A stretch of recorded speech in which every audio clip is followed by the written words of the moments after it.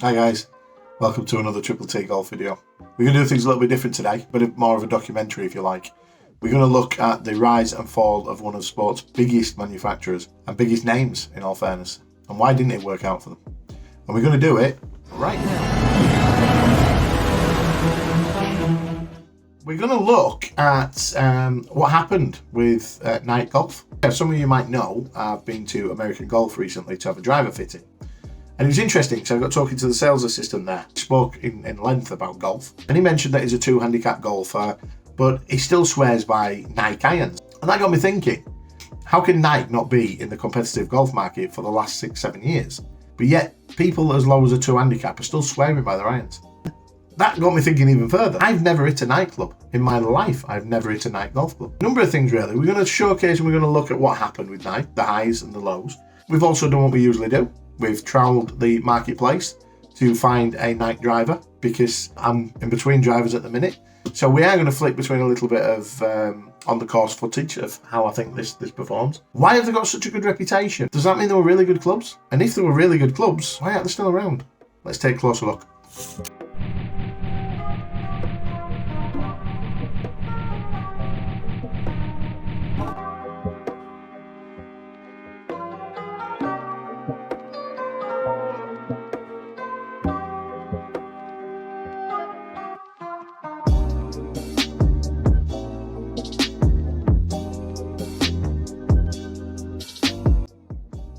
Everybody associated with sport in general know Nike, or for those that are wrong, Nike. And for many years now, Nike's been predominant in the golfing game, as well as football, rugby, tennis, other sports that don't really matter. So what we're going to do is we're going to look at the rise and fall of Nike and where they are now, and a few other things along the way. We're going back to the 80s here, the time where Triple T himself was born. And back in 1984, the first golf shoes were introduced. 1985 saw the introduction of Spanish hands himself, Seve Ballesteros, and Curtis Strange signed for the brand. In 1988/89, Curtis Strange wins back-to-back US Opens wearing shoes from Nike and associated apparel. Swiftly moving to the 90s, an up-and-coming new star, Tiger Woods, signs a 5-year, $40 million endorsement. Now, little did they know at this time that the rise of Tiger and what it would entail. So much so, the share prices in Nike actually dropped after the announcement had been released. Crazy to think what he actually went on to achieve. Only a year later, in 1997, Tiger Woods wins the Masters by 12 shots, wearing that iconic outfit. The one that every time people think of Tiger Woods, that's the outfit, the red shirt, the black trousers, and the black hat. 1998, Nike introduced the first golf ball. And in 1999, Tiger's advert, juggling the ball, hit the airwaves.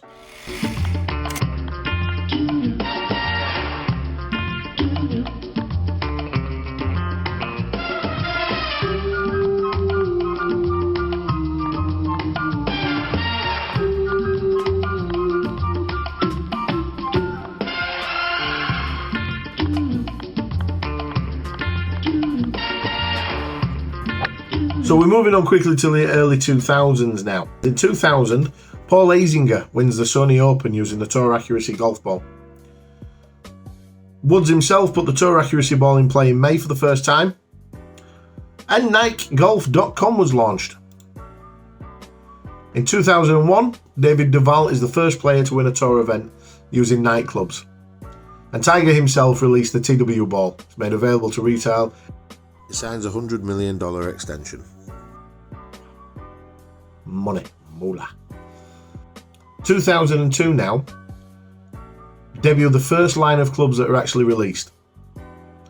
Tiger plays with a full bag for the first time, full bag of Nike clubs, winning the WGC in Ireland. And Grace Park becomes Nike's first female golfer.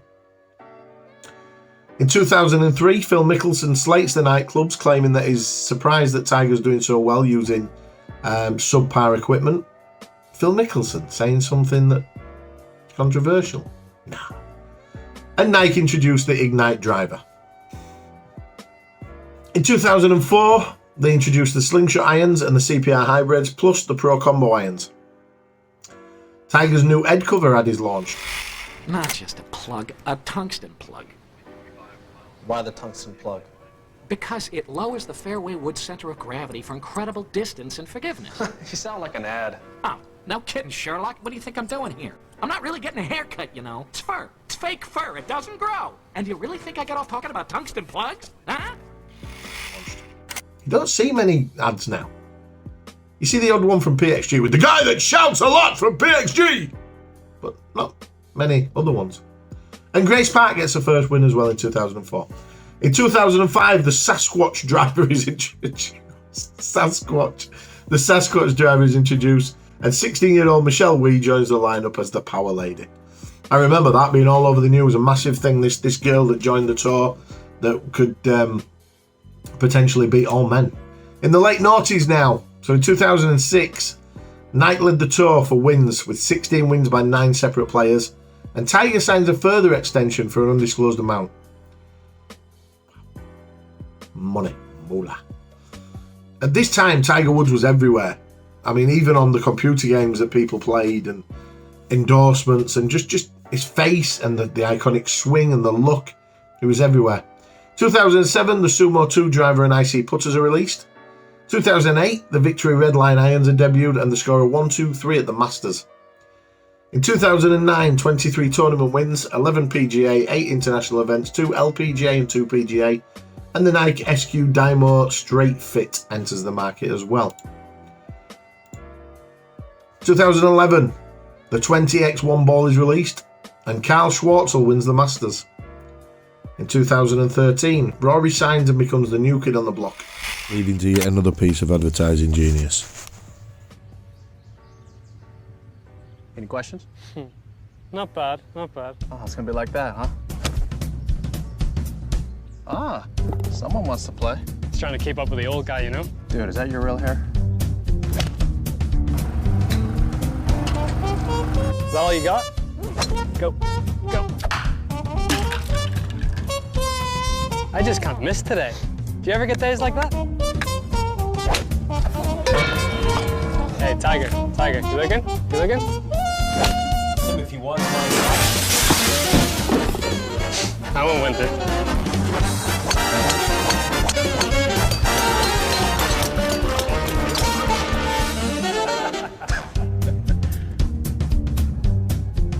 Why'd you do that? You'll learn. In 2013, the Victory Red driver released, and Tiger wins a WGC Bridgestone, which will be his last title for Nike. In 2014, Tiger and Rory design the bladed Vapor irons. Michelle Wee wins the US Women's Open. Rory wins the British Open and PGA Championship and starts using the Vaporfly Blue driver. Now I remember that driver and remember thinking how fantastic it looked. A lot of mixed reviews though. Golfers at the time weren't used to the out there colours. In 2015, the Counterflex putter is released. And then early 2016, exciting new golfers Tony Finau and Brooks, I8 Bryson DeChambeau Koepka signed on for 2016. Now it's ironic when you look at the background image here, because it says quite clearly there is no finish line. And I think it's pretty clear that there was, because on August the 3rd, the company announced that they will no longer produce golf clubs, golf balls, or golf bags. Only months after announcing the signing of Finau and Koepka. It was a shock to everybody, and there was a number of different reasons given as to why it happened. The division lost nearly $90 million in 2 years. The one downfall for Nike Golf is that it never had a driver that resonated with consumers. And then they went down while we're committed to being the undisputed leader in golf footwear and apparel.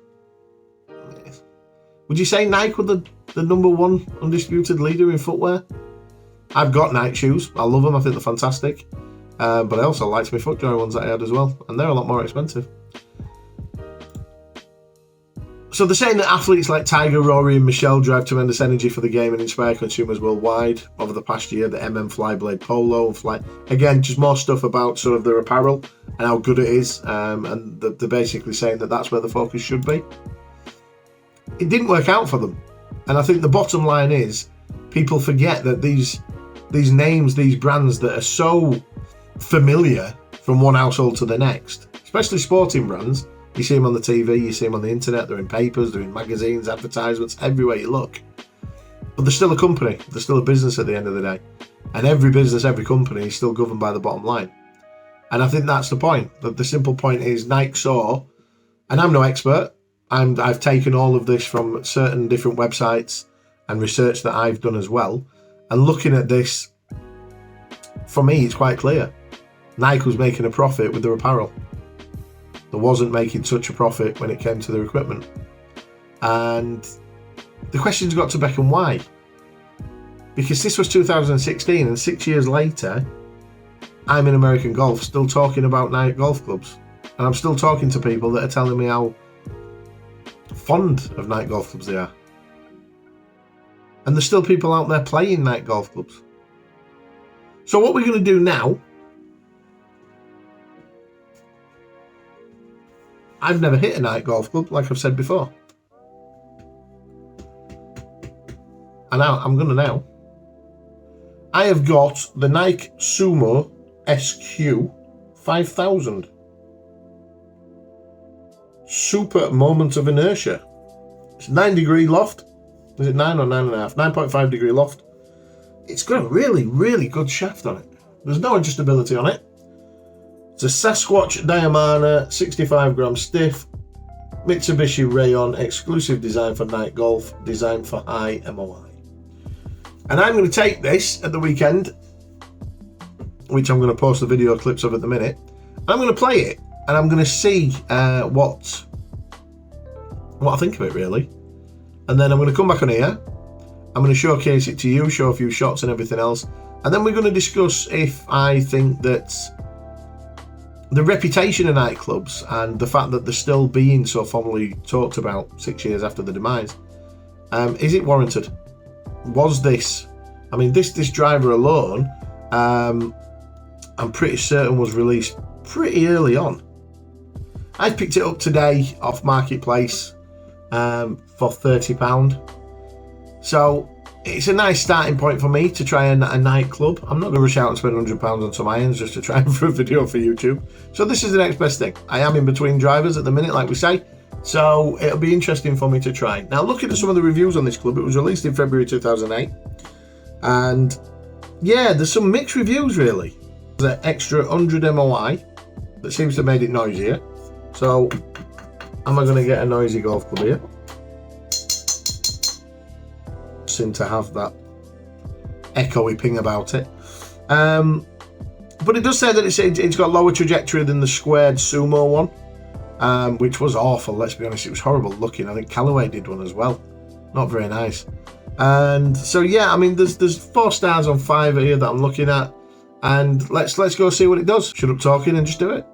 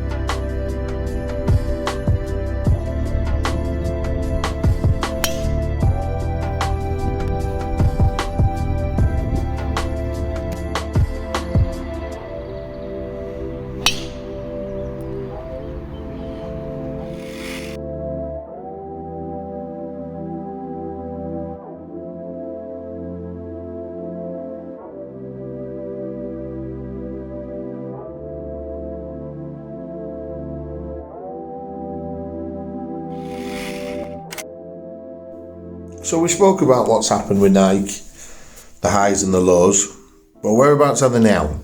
Are they just solely focusing on the apparel, the clothing, the shoes? All you need to do to find that out is type into Google Nike Golf, and it brings you up to a dedicated website. They're still even doing golf bags. There's golf shoes on here, golf trousers, golf t-shirts, some really nice golf shoes actually. And that bag, I really do like that bag. The same can't be said, however, for this jumper. We're going to just get down to it now. There you go, look, although I appreciate the Tiger Woods image that's on that, for 80 odd pound, I'm not so sure. Let's have a closer look, you decide. Put a link into the comment whether you'd wear that jumper, unless you were a member of Tiger Woods' family or his mum. I don't think you would. I know I wouldn't anyway. 80 odd pound. So what about the players that they're still representing? They've still got Tiger Woods, Rory, Jason Day, Paul Casey on the list. The likes of Francesco Molinari, still there. Tony Finau, Brooks Koepka, Patrick Reed, Matthew Wolff, Michelle Wee. And they're not slowing down either. Bob McIntyre has just signed for him for the 2022 season, claiming that the shoes are the best he's ever worn. So maybe there is no finishing line. Maybe the business decision to focus purely on the apparel was the right one. So we're back from the golf course. First of all, the driver. How did it perform? Well, to be quite honest with you, the Nike SQ Sumo 5000 did very well. I found that it wasn't really set up for my, should we call it a power fade? I did struggle with the right a little bit, but I was able to control it, and I got some good distance from it, to be quite honest with you, which was surprising. I mean, we're talking about a driver here that was released in 2008. So if I do the math, 14 years? 14 years old is this driver, and I'm still able to comfortably get around a golf course with it. So in terms of playing golf on a budget, the driver's fantastic. So is that to say that that's true for all golf clubs? I don't know. I've only tested this one. But what I can say about it, the condition of it was incredible. The quality of it and everything. The only downside I actually had from the driver was the noise. Wow. This driver made one hell of a noise. You wouldn't be playing subtle golf with it, that's for sure. In terms of the golf itself on the day, 8 a disappointing 43. I'm alright with that. It's a par 35 the course. The amount of times I think I said I was putting for par or putting for birdie, and again, then putts just let me down. In fact, I don't really think it's the putts, it's the approach play more than anything else that I need to work on. I think recently I've seen that Rory's probably got the same issue. Shanked it into a pond. So the focus of the video was to find out basically what happened with Nike golf clubs. And I think the one example I've had, the clubs were very good, premium clubs, that worked very well. So why did Nike golf end in terms of hardware? And I think the only answer for that is the moolah, it's the money, it's the bottom line. Revenues plummeted in 2016 by roughly $90 million. Any company going to lose $90 million, they're going to start questioning themselves and their space in the market. I personally, and this is just me personally, but you've noticed the videos heavily laden on Tiger Woods. Did they put too much focus on him, given the problems that he had in later career with Nike? The injuries, the personal issues? Again, I don't know. There's a lot of question marks around the decision and when it was made, because earlier that year, the brand actually signed 14 young tour players. So there was clearly looking at an investment for the future. Some of them players, the likes of Brooks Koepka, Tony Finau, they were the rising stars at the time in American golf. And not come to think that they was joining a park that already had Rory McIlroy, Tiger Woods. So I think it comes down to bottom line, and the simple fact was they were making more money on their apparel than there was on the actual hardware itself. So talking about the reason that Nike Golf never had a driver that resonated with its consumers, it's a little bit different if you like. I mean, yes, they didn't have a Big Bertha, or they didn't have an R7 or an R9 at that particular time. They had the square driver, and there was a lot of yeses, there was a lot of no's. I've never hit the square driver, but I know that there's a lot of negativity around that driver. What I can say is that some of the later stuff was incredible. When I think back personally to Rory's Vaporfly with the blue crown and everything, the driver looked, in my opinion, fantastic. And the yardage that he was getting off that driver was incredible. And it's what catapulted Rory to stardom with that driver. In terms of the golf balls, I think they've always been decent quality. The fact that if they've stopped making them, that there's still so many out there. And again with the irons, constantly while searching through internet, marketplace, eBay, things like that, you're constantly seeing the slingshots or the victory red lines that are still available and still in ridiculously good quality, which is kudos, I suppose, to the way that they're built. Ultimately, though, I think Nike looked at golf in the same approach as they've done all the other sports. And I think that was another one of the downfalls, really. Golf's already got so many long-standing brands that us golfers tend to... It's our go-to. I'm wearing a hat, for example, Titleist now. You think of wedges, you think of Titleist, you think of Vokeys, you think of McDaddy's, you think of Cobras. You think of putters, you think of Odyssey, you think of Scotty Camerons. Drivers, TaylorMade, Cobras, Callaways, Titleist even. Mizuno to an extent. Irons, Mizuno, Titleist. Some Callaway, some TaylorMade. So you break it into a market that's already got the fundamental brand leaders in there. And yeah, it was exciting, it was fantastic, it was new. Having somebody like Tiger to have as your poster boy while he was doing so well, it was never going to damage the brand. It was always going to bring high exposure and positive press. But ultimately that can only last for so long. So if you're an amateur golfer that's looking for reasonably priced equipment, look no further than Nike. They'll see you right, they'll look good on a golf course. The young golfer that comes with me, the beginner golfer Kieran, he swears by Nike.